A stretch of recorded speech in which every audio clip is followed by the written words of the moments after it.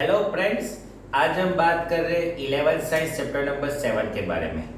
आज के video lecture में हम पढ़ाने जा रहे हैं इंटरडिपेंडेंस ऑफ न्यूटन्स लॉ।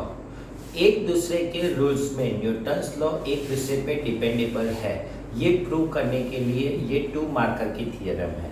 पूरी थ्योरम सेंटेंस में ही लिखना है आपको, लेकिन मैं आपको फिगर से सारे सेंटेंस याद करवाता हूँ। तो सबसे पहला वाला फॉर्मूला कि सपोज ये है n particles of the system, तो उसमें there are 2 types of force लगता है। First external force and second वाला force will be internal force. Means first वाला sentence n particles of the system there are 2 types of force, external force and internal force.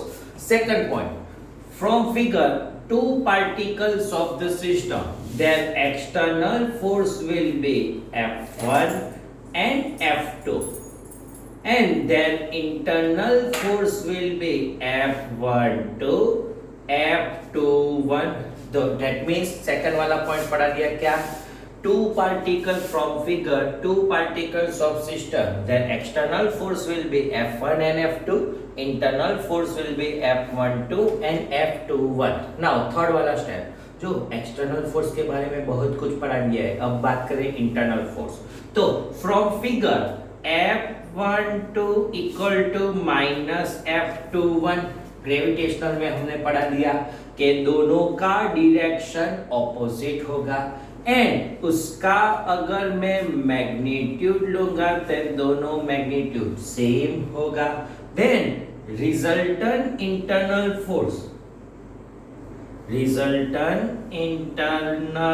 Force will be दोनों का addition F12 plus F21 will be 0 मिलेगा।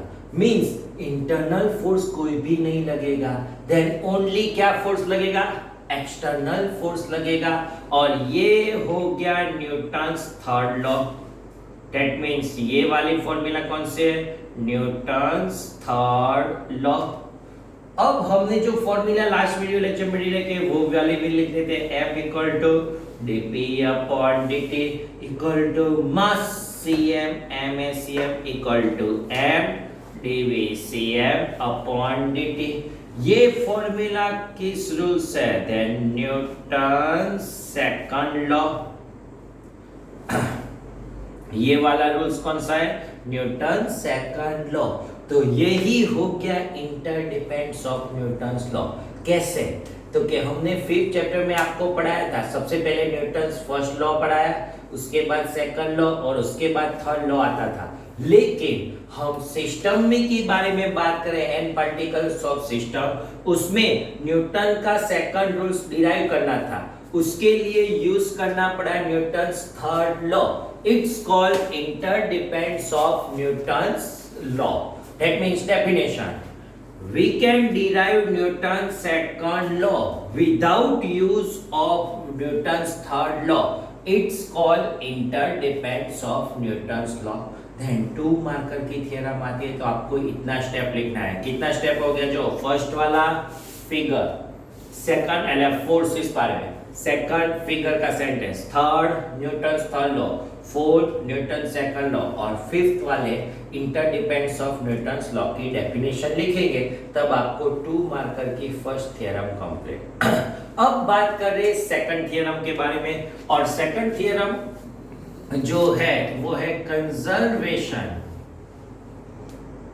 Of momentum. तो सबसे पहले question आता है, सब बच्चे लोगों को ये क्वेश्चन आता है, सर कंजर्वेशन ऑफ मोमेंटम तो आप लोगों ने 5th चैप्टर में हमने पढ़ दिया है, तो कौन सी थ्योरम लिखनी है? तो जो अब मैं बोल रहा हूँ, if explain conservation of momentum in particles, तब आप 5th चैप्टर की बुलेट और राइफल की लिखनी है एग्जांपल। अगर कंजर्वेशन ऑफ मोमेंटम सिस्टम के बारे में आपको बात करनी है, तब आपको लिखना है बॉम्ब का एग्जांपल, एटॉमिक बॉम्ब का एग्जांपल से 7th चैप्टर की थ्योरम लिखनी है। तो स्टार्ट करते हैं। सबसे पहला स्टेप, सपोज ये है एटॉमिक बॉम्ब।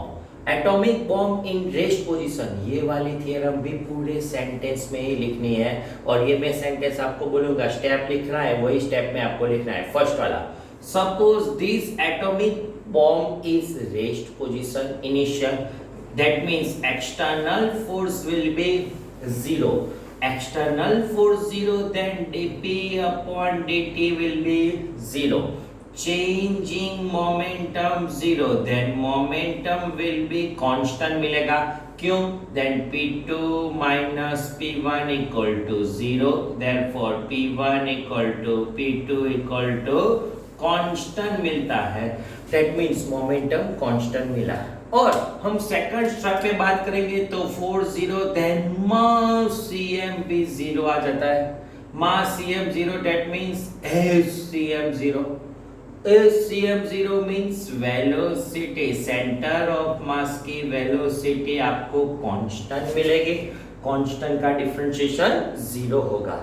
इतनी देर बाद कि suppose atomic bomb can be blast and an particles में कन्वर्ट हो गया, that means atomic bomb blast होके एन पार्टिकल्स में कन्वर्ट हो गया, यूएसए ब्लास्ट हो गया।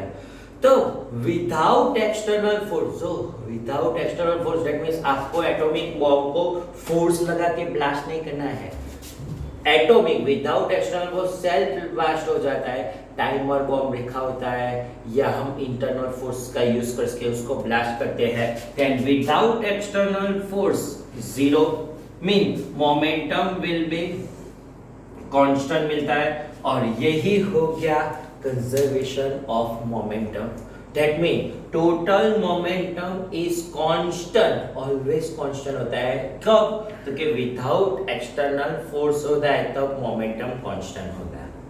अब बात कर रहे एनर्जी के बारे में, तो एटॉमिक बॉम्ब है, सम केमिकल और एटॉमिक एनर्जी होती है। नाउ सम केमिकल और atomic energy also is rest position, rest position means only potential energy होगी। then दो एनर्जी है, two energy we have defined, one atomic bomb, first atomic energy और chemical energy and potential energy. when blast the atomic bomb, potential energy is convert in kinetic energy, जो potential energy है उसका kinetic energy में convert हो जाएगा और atomic energy is convert heat energy, जो भी एटॉमिक एनर्जी होगी वो हीट में कन्वर्ट होगी। जो कोवेलेंट बंद होगा केमिस्ट्री के लैंग्वेज में बाएंगे वो ब्रेक डाउन होगा और जो एनर्जी रिलीज होगी वो हीट फॉर्म में रिलीज होगी, इसलिए ब्लास्ट के टाइम हीट भी प्रोड्यूस हो रहा है और काइनेटिक मोशन भी कर रहा है, लेकिन फिर भी टोटल मोमेंटम तो आपको कांस्टेंट ही मिलेगा। क्यों कांस्टेंट मिलेगा? क्योंकि total momentum will be sum of all momentums का एडिशन आएगा और यहाँ पे हम ब्लास्ट करते हैं सारे डायरेक्शन में इक्वल जाएगा, कि ऐसा नहीं होता कि बॉम्ब हमने बनाया तो यहाँ से लेके इस साइड बहुत ब्लास्ट होगा, हम यहाँ पे खड़े, ऐसा नहीं होगा, हर जगह पे equal blast momentum, that means one atom इस डायरेक्शन में, सेकंड नेगेटिव में भी जाएगा और उसका नेट मोमेंटम कांस्टेंट ही मिलेगा और यही हो गया कंजर्वेशन ऑफ मोमेंटम। अगर conservation of momentum system define किया होता तब आपको एनर्जी के बारे में भी बात करनी है और यही है conservation of energy. It transfer from one system to another system, neither destroy not created and total energy must be constant. That means conservation is momentum is followed by conservation of energy. Energy भी follow कर रही है। तो 2 marker की exam में आती है तब आपको यही फॉर्मूला और यही सेंटेंस में आपको लिखना है। तो स्टूडेंट्स, आज के वीडियो लेक्चर में हम यहाँ तक रखते हैं। Thank you very much.